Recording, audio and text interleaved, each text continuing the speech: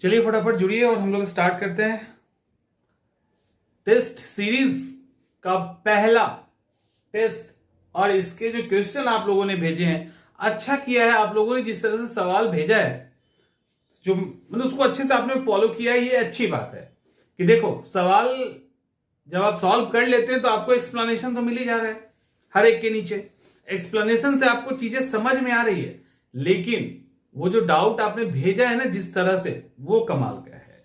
उससे क्या हो रहा है, समझाने में भी दिक्कत नहीं होगी मुझे, और जो आप जानना चाहते हैं वो भी जान जाएंगे। तो ये फायदा है इसका।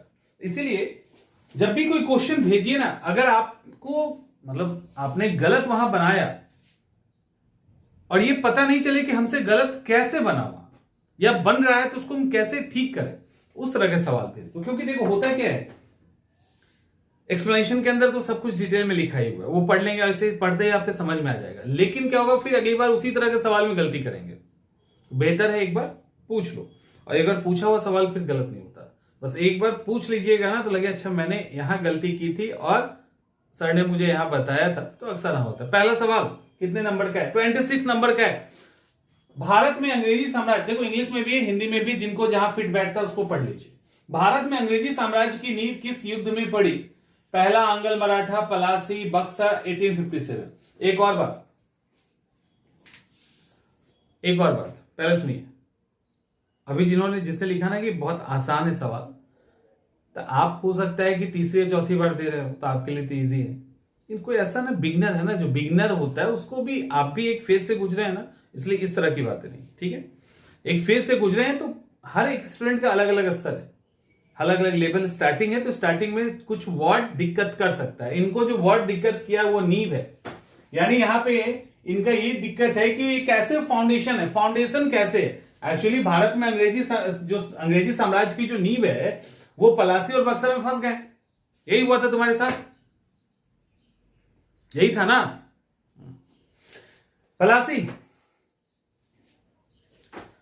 पलासी होगा, सही है, बक्सर नहीं होगा। समझ में तो आ ही गया था, बट गलत। देखो हुआ क्या कि ये वो लड़ाई है, ये वो युद्ध है। इसका एक्सप्लेनेशन यहां पे दिया हुआ है, आपके पास भी होगा, 26 नंबर है ना। ये वो लड़ाई हुई थी, इसकी लड़ाई हुई थी सबसे पहले 23 जून 1757 में। पलासी कहते हैं जगह का नाम। ये किस नदी के किनारे है? तो भागीरथी नदी के किनारे है, ऐसे करके ये फैक्ट है। अब सवाल है कि इसको नींव, फाउंडेशन क्यों कहा गया? फाउंडेशन इसलिए कहा गया कि स्टार्टिंग थी। एक्चुअली ये रियल बैटल नहीं था, क्योंकि सिराजुद्दौला की तरफ से जो भी लोग थे वो तो बिके हुए थे ऑलरेडी। मीर जाफर, अमीर चंद, तो ये सब बिके हुए थे। मीर मदान, ये सब थोड़े बहुत लड़ाई किया इन्होंने, बट ये उस तरह की लड़ाई थी ही नहीं। और क्लाइव उस समय अंग्रेजी सेना के कमांडर थे। तो एकदम छोटी सी टुकड़ी से, क्योंकि ऑलरेडी पहले से ही मीर जाफर के नेतृत्व में जो टुकड़ी था 50,000, वो इनएक्टिव था।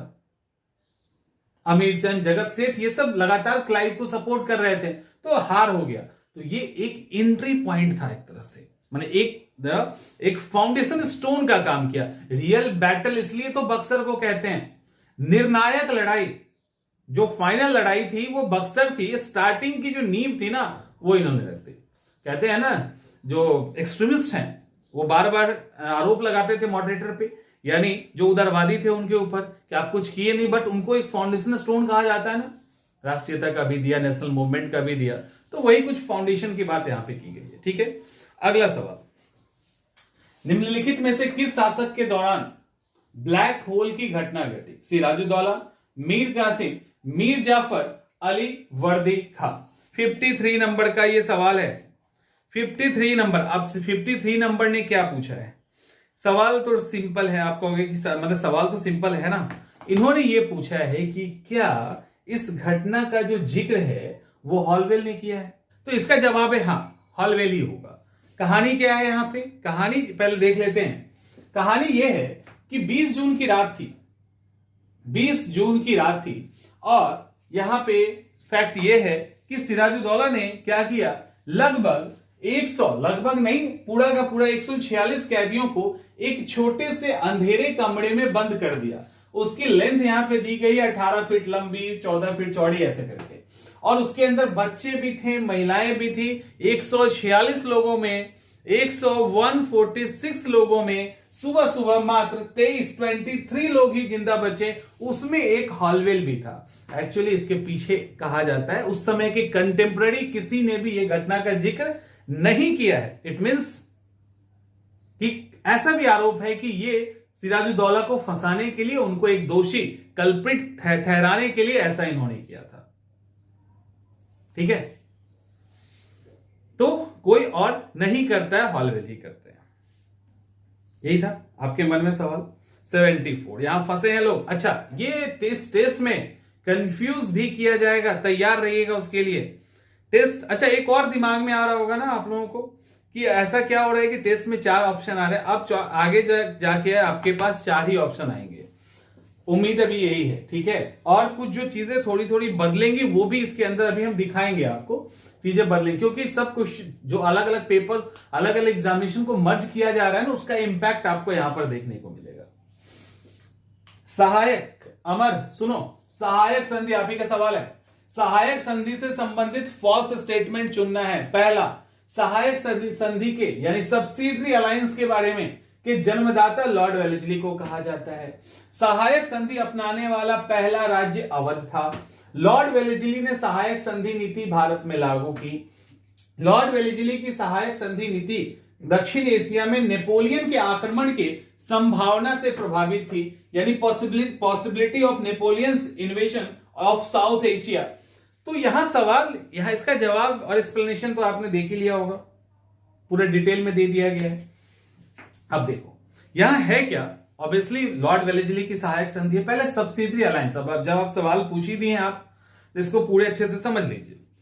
सब्सिडरी अलायंस का मतलब होता है एक ऐसी नीति जब जिससे भी राजा से, नवाब से, जिससे भी की जाती थी, तो उसके यहां एक टुकड़ी रखी जाती थी सेना की, उनकी सुरक्षा के लिए, और एक रेजिडेंट रख दिया जाता था, एक एजेंट के तौर पे होता था। कहा जाता था आपके इंटरनल मामले में कोई वो मतलब कोई भी डिस्टर्बेंस नहीं करेगा, आप कीजिए, वो बैठ कर देखता रहेगा, बस रिपोर्ट देता रहेगा। तो उस तरह के रेजिडेंट रखे जाते थे। तो सहायक संधि जो भी करता था तो वो एक तरह से वो ब्रिटिश सरकार पे निर्भर हो जाता था। फॉरेन पॉलिसी में ब्रिटिश सरकार का इंटरफियर होता था। कोई भी देश उस पर अटैक करे तो ब्रिटिश सरकार का अटैक ब्रिटिश सरकार पे अटैक माना जाता था और वो उसकी रक्षा करते। इसके बदले में एक अच्छा खासा मोटा अमाउंट वो खेत के रूप में हो या पैसे के रूप में हो वो लेते थे। इससे फायदा क्या था अंग्रेजों को? अंग्रेज फ्री फोकट में अपनी बड़ी संख्या में सेना रखने को कामयाब हो गए और स्टेट पे रेजिडेंट रख दिया, इसका मतलब वो उनके अधिकार में आ गए। खैर ये सब था लॉर्ड वेलेस्ली ने। और सहायक संधि स्टार्ट जो एक्सेप्ट किया गया वो हैदराबाद 1798, तो सबसे पहले हैदराबाद होगा। अवध ने तो 1801 यहां पे, और ये अवध ने 1801 में किया है, सबसे पहले हैदराबाद ने किया है। अब इसी पे एक और सवाल ठीक इसके नीचे पूछा गया है, वो क्यों पूछा गया है अभी देखो। निम्नलिखित में से सहायक संधि सबसे पहले किसने स्वीकार की या स्वीकार करने वाला पहला शासक कौन था? अवध के नवाब, बंगाल, जूनागढ़, मराठा, ऐसे करके, ठीक है, बंगाल, जूनागढ़, मराठा, ठीक है।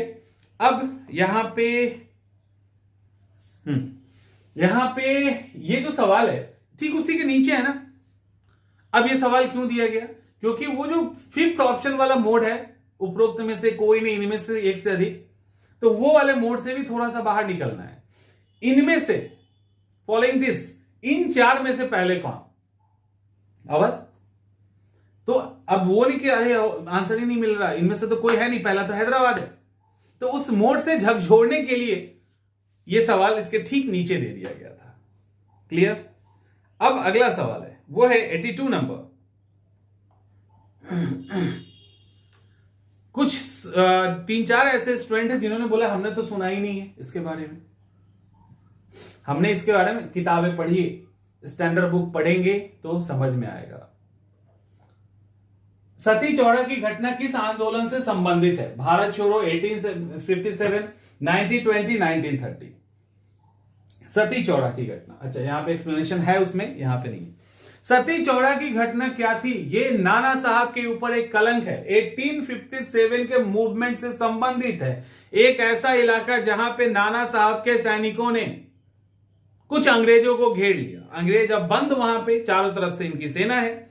अंग्रेज उसमें बच्चे भी थे, महिलाएं भी थी और यंग एडल्ट तो थे ही। तो मेल तो थे ही और बच्चे महिलाएं भी थी, राइट। अब हुआ क्या, वो अंदर, सेना बाहर। सेना ने कहा और नाना साहब ने वचन दे दिया कि आप लोग जाइए आराम से निकल के, आपके ऊपर कोई भी अटैक नहीं होगा, आप सुरक्षित चले जाएंगे, ये वादा है। ये वादा करके भाई साहब नाना साहब चले गए घर में। अब जहां भी थे वहां बैठे हुए थे। वो लोग जब निकलने लगे थे इनकी सेना ने अटैक कर दिया। कहा जाता है नाना साहब को इसके बारे में पता ही नहीं था और उनके पीठ पीछे एक कांड हो गया। सती चौड़ा की घटना उसी को कहते हैं। ये नाना साहब के ऊपर एक कलंक है, ठीक है। आगे 123। हाँ, यहां पे क्या हुआ है, अच्छा ठीक है, इस तरह के सवाल। हाँ आगे ये इस तरह के ऑप्शन आप देख सकते हैं अपने आने वाले एग्जामिनेशन के अंदर। और कंफ्यूजन भी हुआ है ना इसमें बनाते समय, बाद में तो क्लियर हो ही गया है, बनाते समय कंफ्यूजन है। किसको हुआ था, मैसेज करो, किसको कंफ्यूजन हुआ था?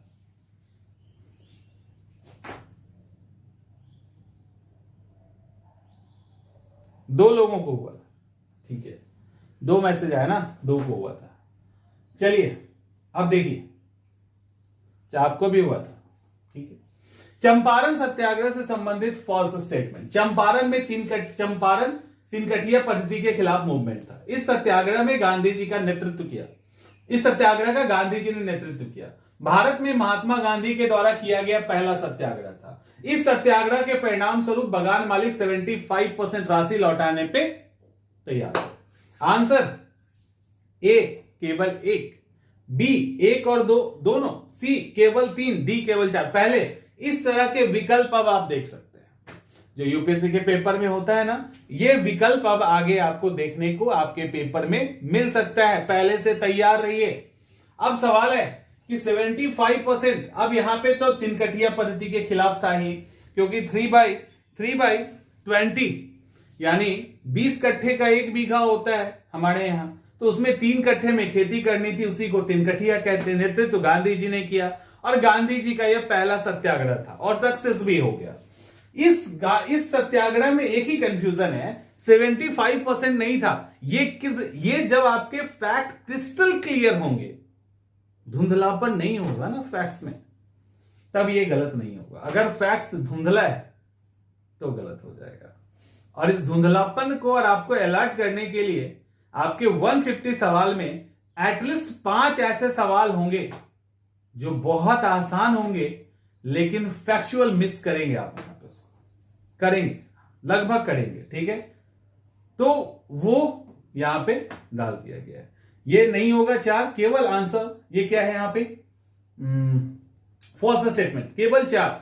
चौथा गलत है, 25% राशि लौटाने को तैयार हुए थे, ना कि 75। ठीक है, क्लियर। आगे 125, ये तो आसान सा सवाल है। निम्नलिखित में से किस आंदोलन के दौरान एक गड्ढा करके उसमें जल को, पानी को डाला जाता था, उसे गंगा जल माना जाता था और शपथ लिया जाता था कि वह उचित लगान देंगे? अब यहां पे जो मेरे पास आया है वो कि क्या उचित लगान देने के लिए भी शपथ लिया जाता था? मतलब यहां पे कि जो भी एक गड्ढा करते थे यानी डिग करते थे और उसके अंदर वो एप्रोप्रिएट रेंट देंगे, ऐसा ओथ लेते थे। तो हां, एका आंदोलन जो था उस एका सती चौड़ा, ये तो एका मूवमेंट जो था उस एका मूवमेंट, ये सती चौड़ा वाला यहां पे है एक्सप्लेनेशन। एका मूवमेंट में ये होता था। एका कहां हुआ? उत्तर प्रदेश के हरदोई, बहराइच, सीतापुर के इलाके में होता था। इसमें क्या था, किसान क्या कर रहे थे, क्योंकि लगान बहुत अधिक था और लगान नहीं दे पाने के कारण उनको हटा दिया जाता था खेत से, बेदखल करना होता है ना, कर दिया जाता था। तो वो क्या करते थे, गड्ढा खोदे, पानी डाला, 2-4 बूंद गंगा जल डाल दिया, हो गया गंगा जल। अब शपथ लिया कि हम सही समय पर रेंट देंगे, लेकिन अधिक नहीं देंगे, और जब टाइम पे देते रहेंगे तो कोई हमें भगाएगा तो हम भागेंगे भी नहीं, और जो भी लठैत या जो भी कोई गुंडा आएगा उससे डरेंगे भी नहीं, डट के मुकाबला करेंगे टाइप की जो चीजें थी वो सब वहां पे चल रहा था। ठीक है, ये सब इसमें हो रहा था। 125 आपका हो गया। 130 देखो, डिस्कशन स्टार्ट करने के पहले आप सवाल को दे दीजिए, तो आपके सवाल को इस तरह से स्लाइड मिलेंगे। बीच में सवाल दोगे, बता तो हम देंगे, लेकिन फिर वो मुंह से मैं बताऊंगा, तो इससे बेहतर है कि आप स्लाइड पहले दे दो। सवाल आगे हम देख लिए, रुक जाओ, ओवर करते हैं इसको। उसके बाद लास्ट में अस्थाई बंदोबस्त संबंधी फॉल्स स्टेटमेंट क्या है? फॉल्स स्टेटमेंट पहला, अस्थाई बंदोबस्त यानी परमानेंट सेटलमेंट लॉर्ड कॉर्नवालिस द्वारा शुरू किया गया। यहां भी फंसा मामला, बड़ा आसान सवाल है ना, परमानेंट सेटलमेंट का ही तो सवाल है। सर ग्रांट के अनुसार अस्थाई बंदोबस्त का स्वामी जमींदार को होना चाहिए था। तीसरा, सर जॉन शोर जमींदारी बंदोबस्त को केवल 10 साल के लिए लागू करना चाहते थे। चौथा, 1793 में अस्थाई बंदोबस्त लागू कर दिया गया। सवाल उठता है फॉल्स स्टेटमेंट कौन सा है? क्या अस्थाई बंदोबस्त लॉर्ड कॉर्नवालिस के द्वारा शुरू किया गया? सही है। क्या इसको 1793 में शुरू किया गया? सही है। जॉन सोर इसको क्या केवल 10 साल के लिए ही करना चाहते थे? यह भी सही है। जेम्स ग्रांट क्या इसके अस्थाई बंदोबस्त में मालिक जमींदार को बनाना चाहते थे? यह गलत है। यहां पे 3 नाम है आपके पास, एक है जेम्स ग्रांट, दूसरा है जॉन सोर और तीसरा है लॉर्ड कॉर्नवालिस। अच्छा, पहली बार आपने इस ऑप्शन को सुना है, दिखेगा पहली बार, बहुत कुछ दिखेगा, ठीक है। अभी टेस्ट देते चलो, वैसे ही दिखते जाएगा। जेम्स ग्रांट और एक्सप्लेनेशन जेम्स ग्रांट कॉर्नवालिस और जॉन सोर याद रखिएगा। कॉर्नवालिस और जॉन सोर दोनों जमींदार हैं। तो जमींदार होगा ना, वो अमेरिका में रहे, ब्रिटेन में रहे, भारत में रहे, जहां रहे, उसको जमींदार के प्रति लगाव होगा। तो वो अस्थाई बंदोबस्त में चाहते थे कि मालिकाना हक जमींदार को मिले और हमेशा के लिए लगान, रेंट फिक्स हो जाए। लेकिन जेम्स ग्रांट ऐसा नहीं चाहते थे। जेम्स ग्रांट चाहते थे कि मालिक सरकार रहे, जमींदार सिर्फ टैक्स वसूले और सरकार को दे, उसके बदले में जो मिलता था 11 भाग का जो 1वां भाग मिलता था वो उसको मिले, बात खत्म है। और जॉन सोर कॉर्नवालिस चाहता था कि जमींदार मालिक हो और हमेशा के लिए उसको फिक्स कर दिया जाए। जॉन सोर भी चाहता था कि जमींदार ही मालिक हो, लेकिन 10 साल के लिए ही फिक्स किया जाए। थोड़ा थोड़ा अंतर है। अच्छा, यहां पे दिया है तो थोड़ा थोड़ा इस तरह से डिफरेंस है। इसके बाद रैयतवाड़ी व्यवस्था कहां है? 133। अच्छा, इस 2-3 सवाल आए हैं लगातार इससे। रैयतवाड़ी व्यवस्था से संबंधित असत्य कथन चुनना है। रैयतवाड़ी व्यवस्था सबसे पहले बारामहल जिले में लगाया गया। रैयतवाड़ी प्रथा कर्नल रीड के द्वारा लागू किया गया।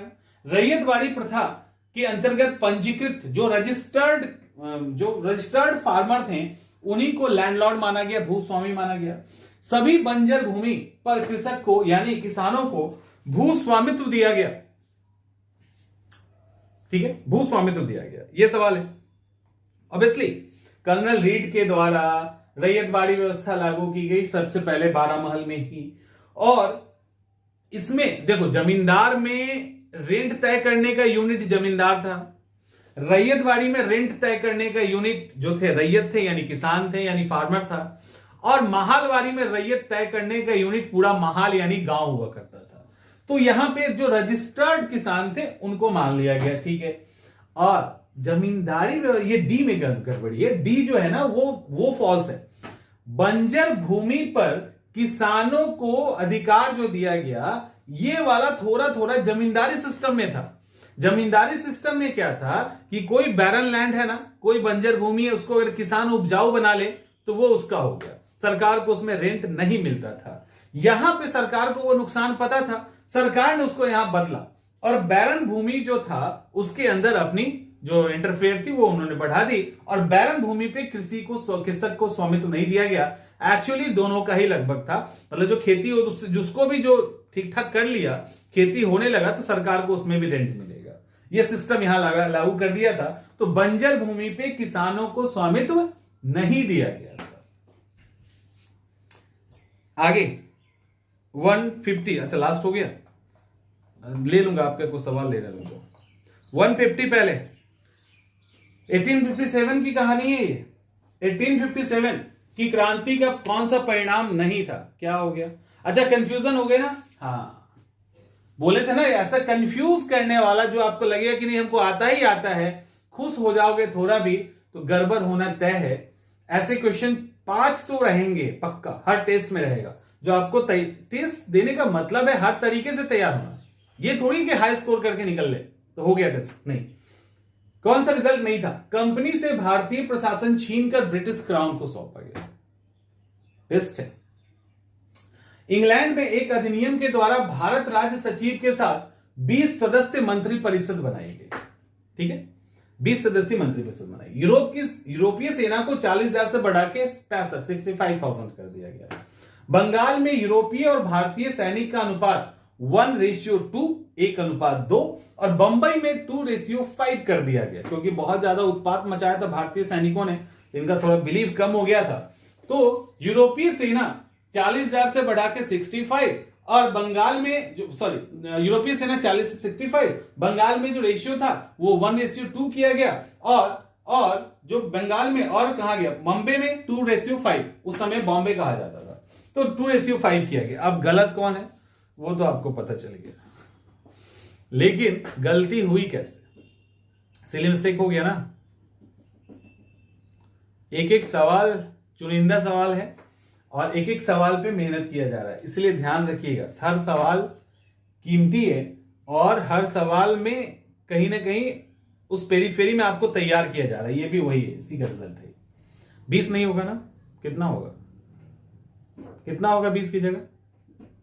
15 होगा, बस इतना ही था। लेकिन बनाते समय गलती हो गई ना, एक्सप्लेनेशन में समझ में आ गया। तो इस तरह से आपका अच्छा हाँ, एक सवाल आया है,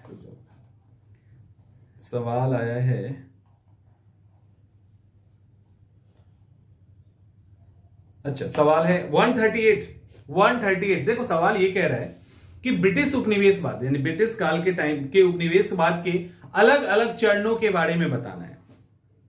मतलब इन्होंने ये कहा कि थोड़ा सा इसको समझा देने के लिए, पहला है वाणिज्यिक पूंजीवाद, दूसरा है औद्योगिक पूंजीवाद, तीसरा है वित्तीय पूंजीवाद, और चौथा है औद्योगिक पूंजीवाद ही उसका टाइम अलग है। देखिए हुआ क्या कि जब ब्रिटिश सरकार यहां पे आती है, मतलब ब्रिटिश सरकार का भारत आगमन होता है, आने के बाद उनके फेज को हम 3 भाग में डिवाइड कर सकते हैं। अगर हम इकोनॉमिकली देखें तो 3 भाग में डिवाइड कर सकते हैं, वैसे भी उनके पूरे फेज को हम 3 भाग में देख सकते हैं। उसमें एक है वाणिज्यिक यानी मर्चेंट कैपिटलिज्म उसको कहते हैं। स्टार्टिंग था ये 1757 पलासी की लड़ाई नींव, और 1813 का चार्टर एक्ट जब ओपन किया गया मार्केट, तो 1757 से लेकर जब तक मार्केट बंद था 1813 तक, तो ये जो मर्चेंट कैपिटलिज्म है, ये जब तक ईस्ट इंडिया कंपनी का आना और 1813 के चार्टर एक्ट के बीच का ये फेज है। कहा जाता है इस फेज में इन लोगों को ट्रेड मोनोपोली स्थापित करनी थी, डायरेक्ट अधिकार करने से बच रहे थे, राजाओं नवाब जमींदार को अपने इंपैक्ट अपने प्रभाव क्षेत्र में लेना चाहते थे, और अधिक से अधिक व्यापार करके भी पैसे कमाना था, व्यापार पे एकाधिकार भी करना था, और अलग अलग तरीके से अलग अलग इकोनॉमिक पॉलिसी से जितना लूट खसोट मचाना था वो ये कर रहे थे। दूसरा फेज आता है इंडस्ट्रियल कैपिटलिज्म, औद्योगिक पूंजीवाद। कब से?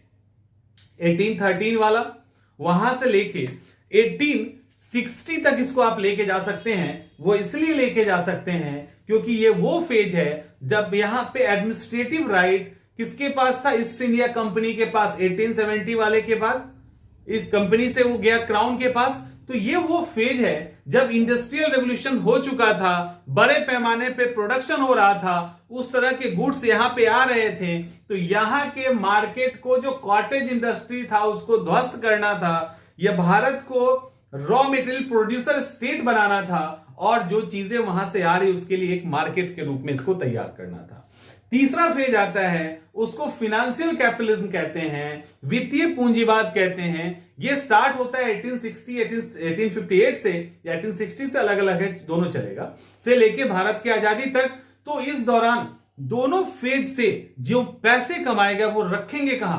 तो उस पैसे को भारत में लगाया गया और भी इंटरेस्ट कमाए गए। कहा जाता है ये फेज सबसे ज्यादा एक्सप्लॉइट किया, सबसे ज्यादा शोषित किया, क्योंकि ये वो फेज था हमारे ही पैसे कमाए, हम ही को इंटरेस्ट पे दिए जा रहे थे। बगान में, जहाज रानी में, रेलवे में, खान में, इन सब जगह पे इन्वेस्ट किया जा रहा था, फिर उसका इंटरेस्ट कमा रहे थे। तो ये इस फेज की बात है। ठीक है, एक और सवाल था तुम्हारा कोई, एक मिनट रुको।